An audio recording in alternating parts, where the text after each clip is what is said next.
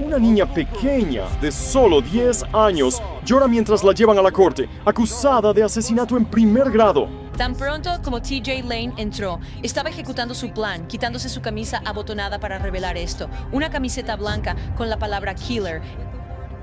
Cuando pensamos en criminales peligrosos, solemos imaginar a adultos. Pero, a veces, los más temidos son mucho más jóvenes de lo que imaginamos. En este video, exploraremos la impactante historia de un niño que se convirtió en uno de los reclusos más temidos de una prisión en Estados Unidos. Desde el crimen que sacudió a toda una comunidad hasta los escalofriantes momentos en el tribunal, este caso es verdaderamente inolvidable. Quédate con nosotros mientras revelamos los perturbadores detalles de la historia de este joven delincuente. Número 9. Eric Smith, el niño asesino que conmocionó a Estados Unidos. Savona, Nueva York, un pueblo tranquilo donde rara vez ocurría algo fuera de lo común, se convirtió en el escenario de una tragedia escalofriante e inolvidable. En 1993, un crimen brutal sacudió a la comunidad, cometido por alguien que nadie habría sospechado, un niño de 13 años. Era la mañana del 2 de agosto y el pequeño Derrick Roby, de 4 años, caminaba solo rumbo al campamento de verano, a poca distancia de su casa, emocionado por el día que le esperaba. Pero en el camino se cruzó con Eric Smith. Lo que parecía un encuentro inofensivo pronto tomaría un giro aterrador.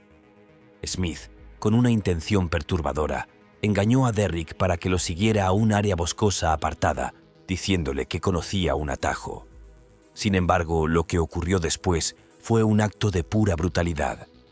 Smith estranguló al pequeño hasta dejarlo inconsciente, le destrozó el cráneo con una roca y en un giro macabro, vertió Kool-Aid de la lonchera de Derrick en sus heridas abiertas. Mientras Doreen Roby, la madre de Derrick, esperaba que su hijo llegara al campamento, la preocupación se convirtió en pánico. Pasaron las horas y rápidamente se organizó un grupo de búsqueda. El pueblo, normalmente un lugar seguro y tranquilo, ahora estaba dominado por el miedo. Más tarde, ese mismo día, el cuerpo sin vida de Derrick fue encontrado en el bosque. La brutalidad del crimen conmocionó a toda la comunidad. Pero el verdadero horror llegó una semana después, cuando ocurrió lo impensable. Eric Smith confesó. Para incredulidad de su propia familia, el joven admitió el crimen, lo que llevó a su arresto inmediato. A pesar de ser solo un niño, Smith fue juzgado como adulto por asesinato en segundo grado. Su equipo legal intentó argumentar que años de acoso escolar y aislamiento social habían alimentado una ira profunda, pero eso no fue suficiente para justificar su crimen. En 1994 fue sentenciado de 9 años a cadena perpetua, convirtiéndose en una de las personas más jóvenes en la historia de Nueva York en ser juzgada por asesinato. Durante casi 3 décadas, Smith permaneció tras las rejas, con múltiples solicitudes de libertad condicional rechazadas una y otra vez. Aunque expresó remordimiento y participó en programas de rehabilitación, la brutalidad de su crimen hizo que muchos dudaran en concederle la libertad. Pero en el año 2021, después de varias audiencias, Smith finalmente obtuvo la libertad condicional y fue liberado de prisión. Su caso sigue siendo uno de los más controvertidos en la historia de los crímenes juveniles en Estados Unidos, generando interminables debates sobre el equilibrio entre justicia y rehabilitación. Número 8. Joshua Phillips. Un crimen oculto que sacudió Jacksonville. Algunos crímenes persiguen a una comunidad mucho tiempo después de haber ocurrido. El caso de Joshua Phillips es uno de ellos. Una historia que deja a la gente preguntándose cómo algo tan aterrador pudo suceder justo frente a sus ojos sin que nadie se diera cuenta. Todo comenzó el 3 de noviembre de 1998. Maddie Clifton, una niña de 8 años, fue vista por última vez jugando afuera en su vecindario de Jacksonville, Florida. Cuando su madre salió a buscarla, Maddie ya no estaba. Lo que siguió fue una frenética operación de búsqueda en la que participaron la policía, voluntarios y miembros de la comunidad, trabajando sin descanso para encontrarla. Entre los que ayudaban en la búsqueda estaba Joshua Phillips. un chico de 14 años que parecía ser solo otro vecino preocupado. Nadie podía imaginar el oscuro secreto que ocultaba. Pasaron los días sin rastro de Maddie.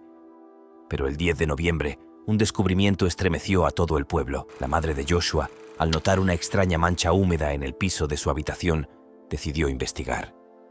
Lo que encontró se convertiría en uno de los crímenes más infames de Jacksonville. Escondido debajo de la cama de su hijo estaba el cuerpo de Maddie. Había estado ahí todo el tiempo, oculta a solo unos pasos de donde Joshua dormía. Una vez arrestado, Joshua confesó y detalló la escalofriante serie de eventos. Según su versión, todo comenzó como un trágico accidente. Mientras jugaban béisbol, golpeó a Maddie en el ojo con la pelota. Temeroso de la reacción de su padre, entró en pánico cuando ella comenzó a llorar. Desesperado por silenciarla, la golpeó con el bate, pero cuando eso no fue suficiente, llevó la violencia aún más lejos y la apuñaló varias veces con un cuchillo. En un intento desesperado por encubrir su crimen, escondió el cuerpo bajo su cama e incluso usó ambientadores para disimular el olor creciente de la descomposición. A pesar de su edad, Phillips fue juzgado como adulto por asesinato en primer grado. El tribunal no mostró ninguna indulgencia y lo sentenció a cadena perpetua sin posibilidad de libertad condicional.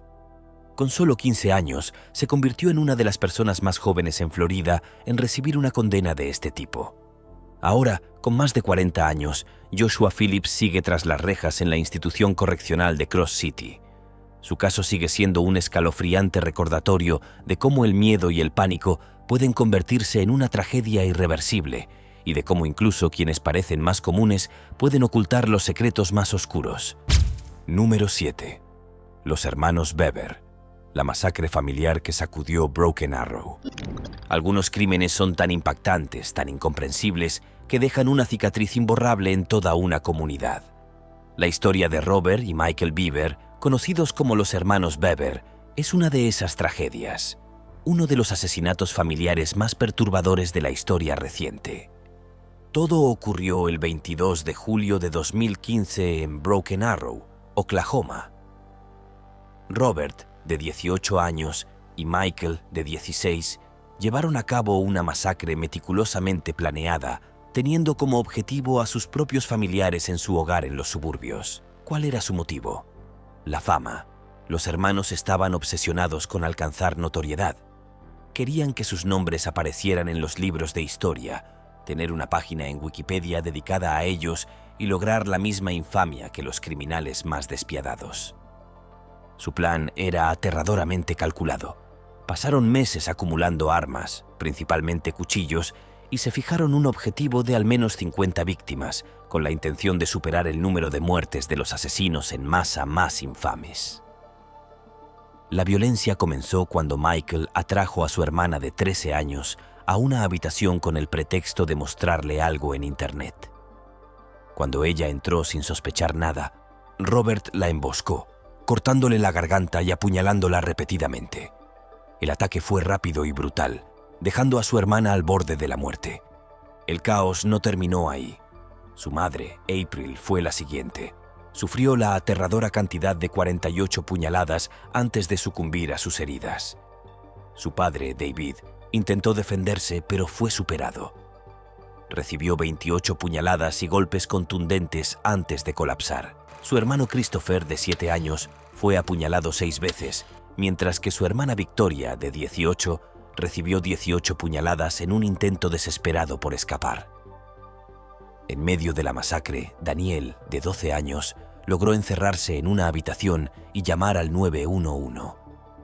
En un engaño macabro, Michael fingió ser una víctima y convenció a Daniel de que abriera la puerta. Una vez dentro, los hermanos lo apuñalaron 9 veces. A pesar de sus heridas, la rápida reacción de Daniel fue clave para ayudar a las autoridades a rastrear a los atacantes. Los hermanos intentaron escapar, huyendo hacia el bosque, pero la policía, con la ayuda de una unidad canina, los capturó en cuestión de horas. A medida que los investigadores reconstruían los aterradores detalles, se encontraron con una realidad escalofriante. Esto no había sido un acto impulsivo de furia, sino una masacre meticulosamente planeada, impulsada por un enfermizo deseo de reconocimiento.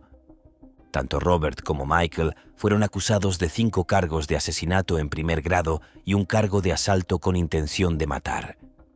En el año 2016, Robert fue sentenciado a cadena perpetua sin posibilidad de libertad condicional, mientras que Michael, por ser menor de edad, recibió una condena de por vida con posibilidad de libertad condicional, aunque sus posibilidades de salir en libertad son mínimas.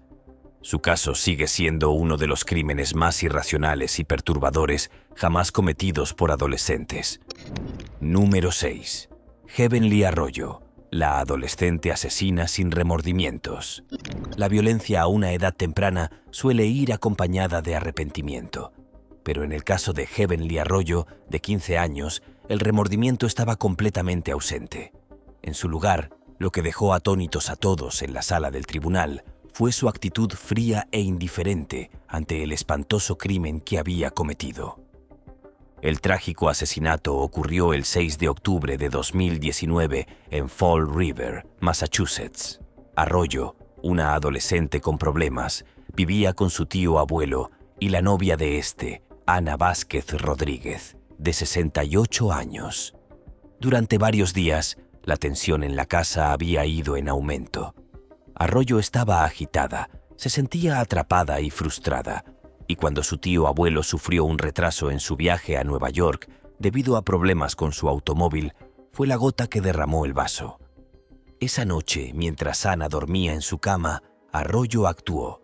Armada con un cuchillo, la apuñaló la impactante cantidad de 70 veces, asegurándose de que no sobreviviera. Mientras tanto, a solo unos metros de distancia, el nieto de Ana, ajeno a la pesadilla que se desarrollaba en la habitación contigua, jugaba a videojuegos, sin imaginar el horror que se estaba desatando.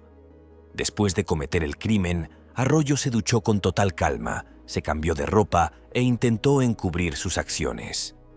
Tiró la ropa empapada de sangre en un contenedor de basura y fabricó una historia falsa, asegurando que un intruso enmascarado había entrado a la casa y asesinado a Ana.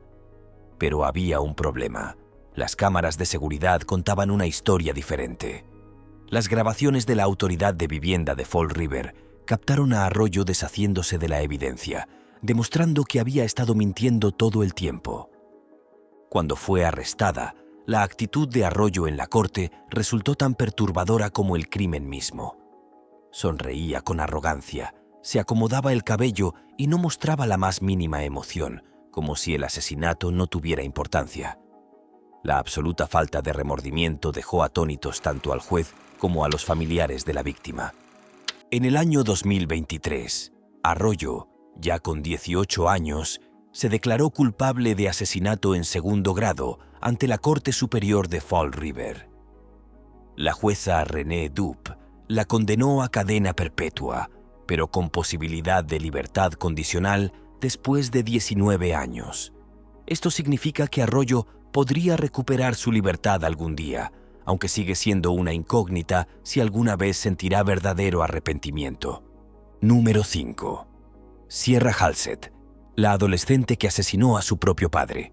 Algunos crímenes cometidos por adolescentes son impulsivos, pero en el caso de Sierra Halsett, de 16 años, sus acciones fueron calculadas, frías y aterradoras. Junto a su novio, Aaron Guerrero, de 18 años, planeó un asesinato brutal. No en defensa propia, no en un arrebato de ira, sino con plena intención. La trágica historia comienza con una relación turbulenta. Sierra y Aaron llevaban solo unos meses saliendo, pero su conexión era intensa. Tenían grandes planes: fugarse juntos a Los Ángeles y empezar una nueva vida. Pero cuando sus padres descubrieron su plan, intervinieron de inmediato y les prohibieron verse. Ese fue el punto de quiebre. Sierra y Aaron no solo querían estar juntos, estaban dispuestos a matar para lograrlo. El 8 de abril de 2021, la pareja puso en marcha su macabro plan. Armados con una sierra circular, hojas de sierra, blanqueador, líquido para encender fuego, guantes y un protector para el suelo, se prepararon para eliminar al único obstáculo en su camino, el padre de Sierra, Daniel Halsted. Esa noche lo atacaron en su propia casa, apuñalándolo más de 70 veces en la cabeza, el cuello y el torso. Luego intentaron deshacerse de su cuerpo metiéndolo en un saco de dormir antes de prenderle fuego. El departamento de bomberos acudió al lugar, pero para entonces el daño ya estaba hecho. El cuerpo de Daniel era irreconocible. Después del asesinato, la pareja hizo algo verdaderamente perturbador. Grabaron un video. En la grabación, Aaron dice con total naturalidad: «Bienvenidos a nuestro canal de YouTube. Día 3 después de asesinar a alguien». Ambos se rieron y sonrieron, como si su espantoso crimen no fuera más que una simple aventura. Su fuga de la justicia no duró mucho. Las autoridades los rastrearon hasta Salt Lake City, Utah, donde fueron arrestados en cuestión de días. El caso era irrefutable, y en mayo de 2022, tanto Sierra como Aaron se declararon culpables de asesinato, incendio premeditado y robo. Fueron condenados a 22 años a cadena perpetua.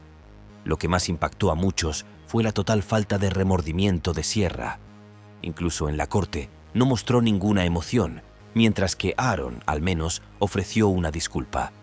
Su historia sigue siendo uno de los casos más impactantes de violencia adolescente, un escalofriante recordatorio de lo rápido que el amor puede convertirse en algo mortal.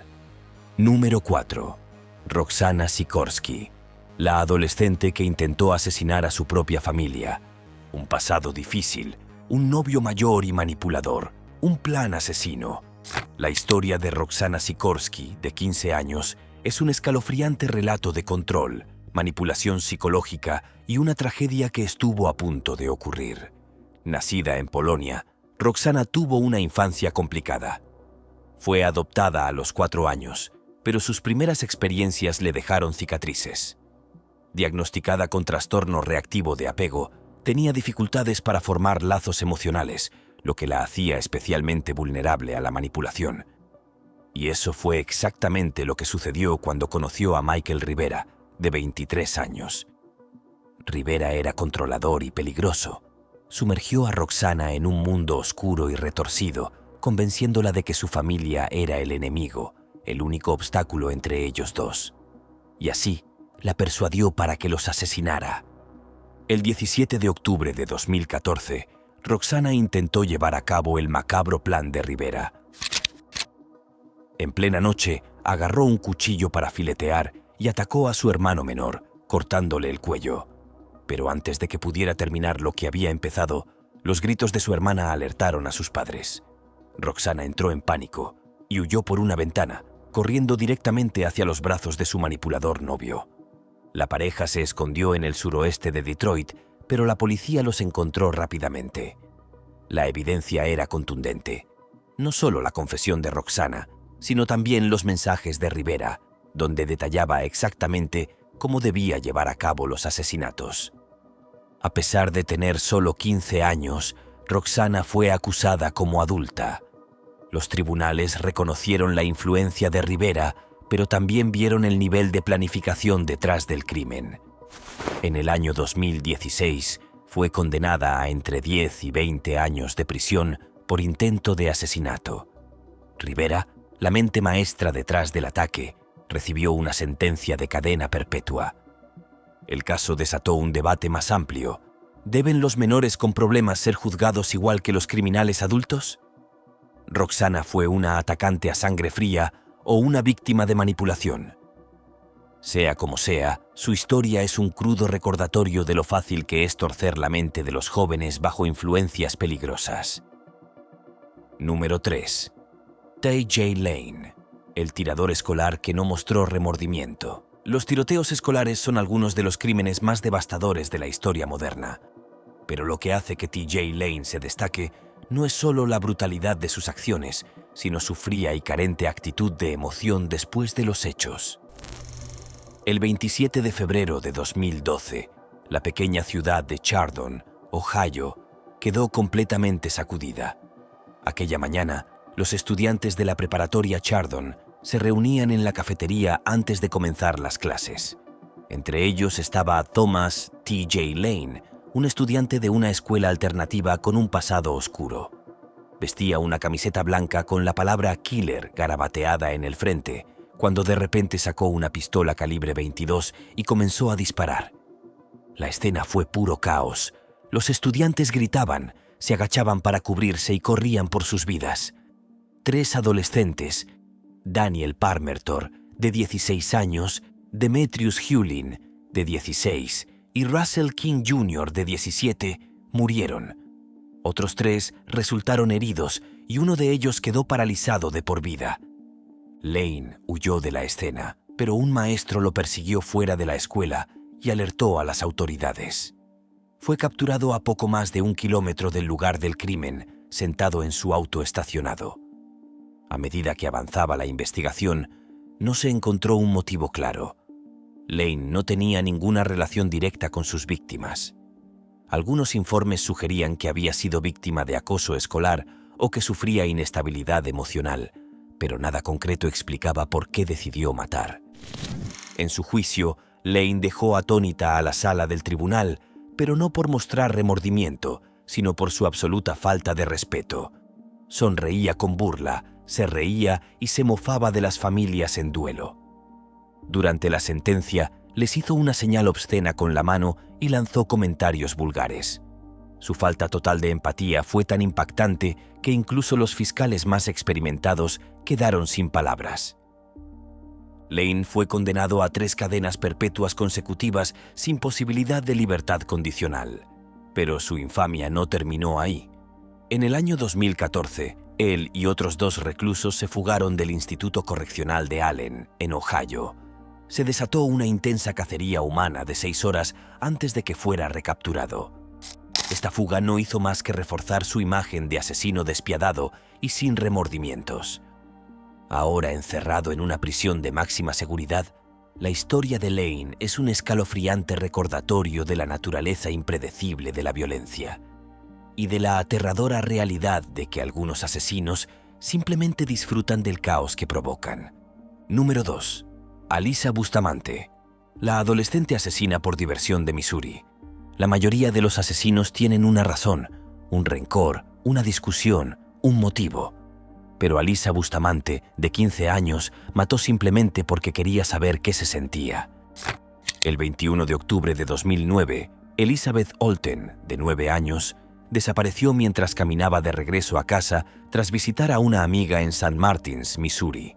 Su familia, preocupada cuando no llegó, llamó de inmediato a la policía. Se organizó un equipo de búsqueda que peinó la zona boscosa cercana a la casa de Elizabeth. Días después, las autoridades fijaron su atención en una sospechosa, una adolescente que vivía a solo unas casas de distancia. Esa adolescente era Alyssa Bustamante.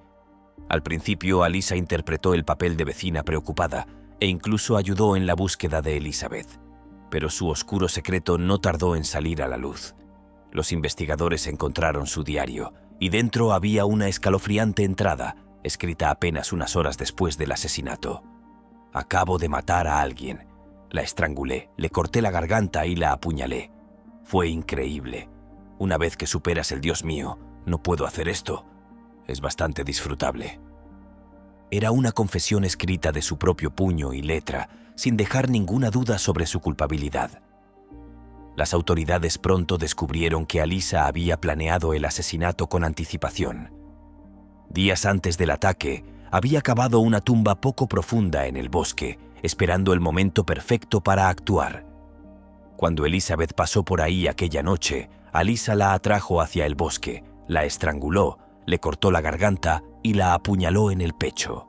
Luego, la enterró en la tumba que ya había preparado, todo por la pura emoción de hacerlo. Cuando la confrontaron, Alyssa mostró poca emoción.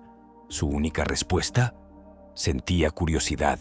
Quería saber qué se sentía matar a alguien, y Elizabeth simplemente estaba en el lugar equivocado en el momento equivocado. En su juicio, Alyssa se declaró culpable de asesinato en segundo grado y fue condenada a cadena perpetua con posibilidad de libertad condicional después de 30 años. Sin embargo, debido a un cargo adicional por acción criminal armada, enfrenta una sentencia extra de 30 años, lo que significa que su primera oportunidad de salir en libertad no será hasta el año 2054 cuando tenga más de 60 años. El caso de Alyssa es uno de los ejemplos más perturbadores de un asesinato sin motivo, prueba de que, en ocasiones, algunas personas matan simplemente porque quieren hacerlo. Número 1. Lionel Tate. El niño de 12 años que se convirtió en la persona más joven condenada a cadena perpetua. La mayoría de los asesinatos involucran a adultos o adolescentes, pero el caso de Lionel Tate destaca por una razón. Tenía solo 12 años cuando cometió un brutal homicidio. Todo ocurrió el 28 de julio de 1999 en el condado de Broward, Florida. Lionel estaba en casa con su prima Tiffany Eunick, de 6 años, mientras su madre descansaba en el piso de arriba. Pero entonces, algo salió terriblemente mal. Poco después, Lionel corrió hacia su madre diciendo que Tiffany no estaba respirando. Cuando las autoridades llegaron, se encontraron con una escena aterradora. Tiffany tenía el cráneo fracturado, costillas rotas y graves lesiones internas. El daño era tan extremo que los expertos dijeron que sus heridas se asemejaban a las de un choque de automóvil a alta velocidad. Al principio, Lionel afirmó ser inocente. Les dijo a los policías que él y Tiffany solo estaban jugando y que había estado imitando movimientos de lucha libre profesional. Pero la gravedad de las lesiones de Tiffany contaba una historia muy distinta, una que sugería mucho más que un simple juego brusco. Tate fue acusado de asesinato en primer grado. Según la ley de homicidio culposo de Florida, aunque no hubiera tenido la intención de matar, sus acciones llevaron a la muerte de Tiffany, lo que lo hacía elegible para una condena de cadena perpetua. Su juicio se convirtió en un espectáculo mediático, desatando un debate a nivel nacional. ¿Debería un niño de 12 años ser condenado a cadena perpetua? ¿Era un asesino sin remordimientos o solo un niño imprudente que no entendía su propia fuerza? A pesar de estas preguntas, en el año 2001, el jurado lo declaró culpable, convirtiéndolo en la persona más joven en la historia de Estados Unidos en recibir una sentencia de por vida sin posibilidad de libertad condicional. Sin embargo, el caso no terminó ahí. En el año 2004, la condena de Tate fue revocada después de que el tribunal determinara que su capacidad mental no había sido evaluada correctamente. En lugar de cadena perpetua, se le ofreció un acuerdo de culpabilidad que redujo su cargo a asesinato en segundo grado. Fue puesto en libertad condicional, pero su libertad no duró mucho. En el año 2005, Tate fue arrestado nuevamente por robo a mano armada, violando su libertad condicional. Luego, en el año 2006, fue sentenciado a 10 años más de prisión.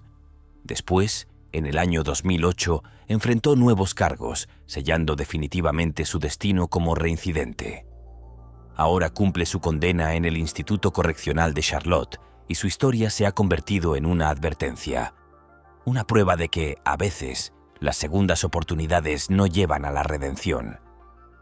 Y con esto concluimos nuestro repaso por el niño más temido en las cárceles de Estados Unidos. ¿Qué opinas sobre estos jóvenes asesinos? Cuéntanos en los comentarios. Si te gustó este video, no olvides darle like, compartir y suscribirte para más análisis sobre los casos más impactantes del mundo. Gracias por vernos y nos vemos en el próximo video.